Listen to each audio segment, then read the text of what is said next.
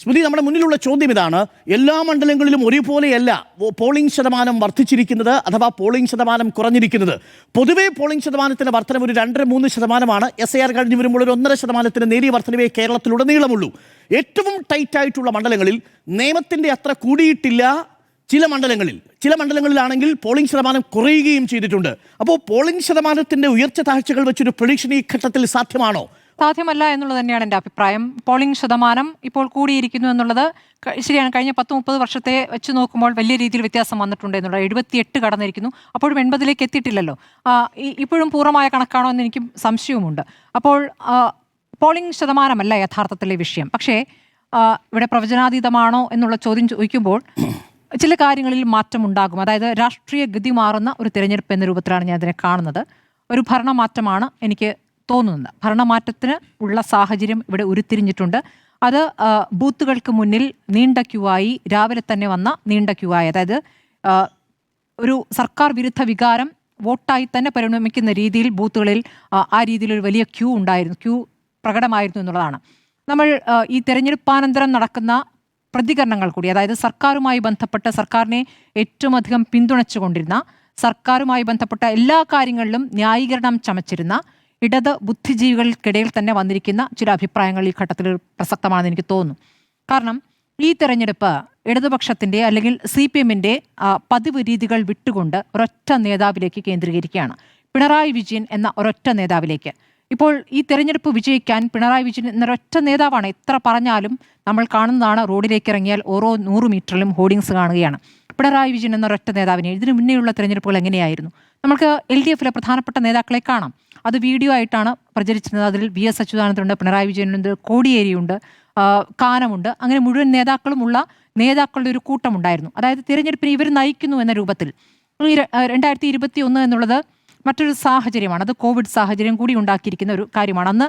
അന്ന് ഒരു വിശ്വാസം ജനങ്ങൾക്ക്, ഒരു രക്ഷകൻ എന്നുള്ളൊരു വിശ്വാസം ഉണ്ടായിരുന്നു. പക്ഷേ അത് തുടരുമ്പോൾ ആ രക്ഷകൻ്റെ ഭാവം മാറി, രക്ഷകൻ വേറൊരു രൂപത്തിലേക്കായി മാറുകയും ഇവിടെ എന്താണ് മേലാളനും അടിയാളനും എന്ന രൂപത്തിലേക്കൊക്കെ മാറുന്നുണ്ടോ എന്ന് പോലും സംശയിക്കുന്ന രീതിയിൽ, അതായത് സർക്കാരുമായി ബന്ധപ്പെട്ട, സർക്കാർ ഇപ്പോൾ എന്താണ് എപ്പോഴും പറഞ്ഞുകൊണ്ടിരിക്കുന്നത്, ഈ തെരഞ്ഞെടുപ്പിലാകെ നമ്മൾ കേട്ടത് എന്താണ്? രാഷ്ട്രീയം പറയരുത്, രാഷ്ട്രീയം എന്തിനാണ് പറയുന്നത്, നിങ്ങൾക്ക് വികസനം പറഞ്ഞാൽ പോരെ, രാഷ്ട്രീയത്തിൽ നിന്ന് മാറി നിൽക്കൂ എന്ന പ്രതികരണമാണ് കണ്ടത്. രാഷ്ട്രീയം പറയുന്നത് ഭയങ്കര അരോചകമായി കാണുകയാണ്. രാഷ്ട്രീയം സംസാരിച്ചേ കൂടാ, ഇവിടെ വികസനം മാത്രം പറയുക, ഇവിടെ റോഡിൻ്റെ വികസനം പറയുക, പാലങ്ങളുടെ വികസനം പറയുക, ഞങ്ങളിതാ ജനക്ഷേമ പദ്ധതികൾ, ഞങ്ങളിതാ പെൻഷൻ തരുന്നില്ലേ, ഇതൊക്കെ തന്നെയും ഞങ്ങൾ തരുന്ന ഒരു ഔദാര്യം എന്ന മട്ടിൽ ആയിപ്പോകുന്ന ഒരു ഉദ്ദേശിച്ചിട്ടല്ല ആണെങ്കിലും ആ പ്രതികരണം ആ രൂപത്തിലാണ് ജനങ്ങൾക്ക് അനുഭവപ്പെട്ടിട്ടുള്ളത് എന്നുള്ളതാണ്. ഇനി ക്ഷേമ പെൻഷനുകളുമായി ബന്ധപ്പെട്ട് എത്ര കഴിഞ്ഞിട്ടാണ് ക്ഷേമ പെൻഷൻ നടപ്പാക്കിയിട്ടുള്ളത് ഈ 10 വർഷത്തിനിടയിൽ എന്നുള്ളൊരു കാര്യമുണ്ട്. ഇനി അതിനു മുന്നത്തെ വർഷങ്ങളുമായി 10 വർഷത്തിനപ്പുറത്തേക്കുള്ള ഈ താരതമ്യങ്ങൾ നടക്കുമ്പോൾ വർഷങ്ങൾ ഇപ്പോഴും ഇത്ര കഴിഞ്ഞു പോകുമ്പോഴുള്ള സാമ്പത്തികമായ ലോകക്രമത്തിൽ തന്നെ വന്നിരിക്കുന്ന മാറ്റം, ജീവിത സാഹചര്യങ്ങളിൽ വന്ന മാറ്റം, ഇതൊക്കെ തന്നെയും കാര്യങ്ങളിൽ മാറ്റം ഉണ്ടാക്കുന്നുണ്ട്. അത് നോക്കാതെ 10 വർഷത്തിനപ്പുറമുള്ള കാര്യങ്ങളെ വേറെ രൂപത്തിൽ അത് അവതരിപ്പിക്കുന്ന ഒരു സാഹചര്യം നമുക്കുണ്ടായിട്ടുണ്ട്. അപ്പോൾ വിമർശനങ്ങൾ ഒരു തരത്തിലും അംഗീകരിക്കാത്ത ഒരു എന്താ പറയുക, അടച്ചിട്ട ജനാലകളും വാതിലുകളും എന്ന രൂപത്തിൽ പല കാര്യങ്ങളും. എന്താണ് നമ്മൾ മാധ്യമപ്രവർത്തകരുടെ കാര്യത്തിൽ തന്നെ നോക്കൂ, സെക്രട്ടേറിയറ്റിലേക്ക് മാധ്യമപ്രവർത്തകർക്ക് പ്രവേശനമില്ലാത്തൊരു 10 വർഷമാണ് കടന്നു വരിക്കുന്നത്. ഒരു വാർത്ത പുറത്തേക്ക് വരാൻ പറ്റാത്ത രീതിയിൽ അടച്ചിട്ട സംവിധാനമായിരുന്നു. അതിനു മുമ്പ് അങ്ങനെയല്ലായിരുന്നു. വിവരങ്ങൾ പുറത്തേക്ക് വരുന്നുണ്ട്. അത് പുറത്തേക്ക് വന്നുകൂടെ ഒരു രഹസ്യ സ്വഭാവം എല്ലാത്തിനും വയ്ക്കുന്ന രൂപത്തിലേക്ക് അത് മാറുകയായിരുന്നു. അതിലിപ്പോൾ സോളാർ കേസൊക്കെ വേണമെങ്കിൽ മറുവാദമായി ഉന്നയിക്കാം. അങ്ങനെയല്ലല്ലോ. മാധ്യമപ്രവർത്തകർ അങ്ങോട്ടേക്ക് കടന്നു ചെന്നാൽ, വാർത്ത പുറത്തേക്ക് പോയാൽ എന്തോ കുഴപ്പമുണ്ട്, എന്തൊക്കെയോ മറയ്ക്കാനുണ്ട് എന്നൊരു പ്രതീതി സൃഷ്ടിക്കുന്ന ഒരു സംവിധാനം അവിടെ ഉണ്ടായിരുന്നു. ഇനി ഈ പരാജയം സംഭവിക്കുകയാണെങ്കിൽ, ഞാൻ കരുതുന്നു പരാജയം സംഭവിക്കും, അങ്ങനെയാണെങ്കിൽ അതിനുള്ള കാരണങ്ങൾ എന്നത് ഒരു നേതാവിനെ ഉയർത്തിക്കൊണ്ട് വന്നത് തന്നെയാണെന്ന് ഞാൻ ഏറ്റവും ആദ്യത്തെ കാരണമായി കാണുന്നു. പിണറായി വിജയൻ എന്ന ഒരൊറ്റ നേതാവ്, ഇനിയിപ്പോൾ വിജയിക്കുകയാണെങ്കിലും അദ്ദേഹം എന്ന ഒരൊറ്റ പേരാണ് കേട്ടോ കാരണം. വിജയിക്കുകയാണെങ്കിലും പിണറായി വിജയൻ എന്ന ഒറ്റ കാരണമായിരിക്കും, പരാജയപ്പെടുകയാണെങ്കിലും പിണറായി വിജയൻ എന്ന ഒരൊറ്റ പേരായിരിക്കും. അത് അവർ അംഗീകരിക്കുമോ, അത് സമ്മതിച്ചു തരുമോ എന്നുള്ള ചോദ്യമാണ് അവിടെ നിൽക്കുന്നത്.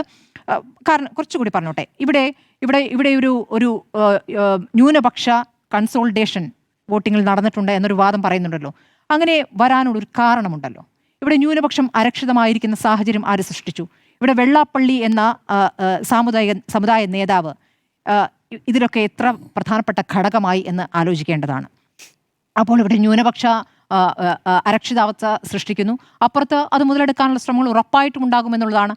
അപ്പോൾ ഭൂരിപക്ഷ വോട്ട് ലഭിക്കാൻ വേണ്ടി എടുത്ത സമീപനങ്ങൾ, ചില കാര്യങ്ങളൊക്കെ BJPക്കും CPM-നും ഒരേ സ്വരമാണോ എന്ന് സംശയിക്കുന്ന രീതിയിലുള്ള കാര്യങ്ങൾ ഉണ്ടായിട്ടുണ്ട്. ഇതൊക്കെ തന്നെ പ്രതിഫലിക്കും. ഇനി ഈ ക്ഷേമ പദ്ധതികൾ എല്ലാം നടപ്പാക്കിയെന്ന് പറയുമ്പോൾ, അതിദാരിദ്ര്യം മുക്തമാക്കി എന്ന് പറയുമ്പോൾ ഒരു വലിയ വിഭാഗം അതിന് പുറത്ത് നിൽക്കുകയാണ്.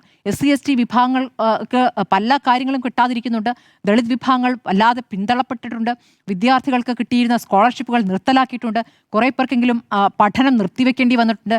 ജോലിയുമായി ബന്ധപ്പെട്ട തൊഴിൽ പ്രശ്നം, അതോടൊപ്പം തന്നെ തൊഴിൽരഹിതരായ യുവാക്കൾ എന്നുള്ളൊരു വിഷയമാണ്.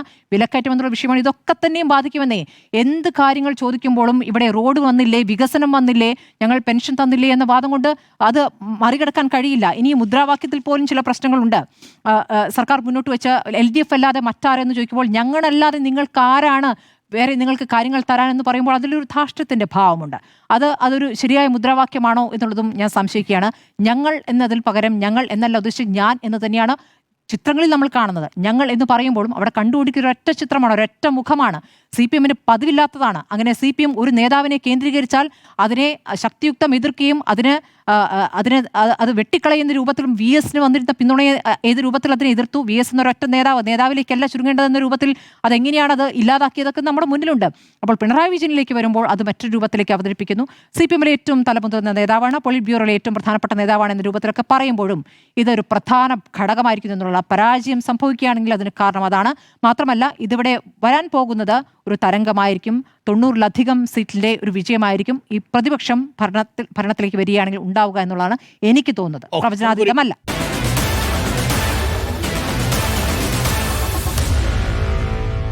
Meet the editors.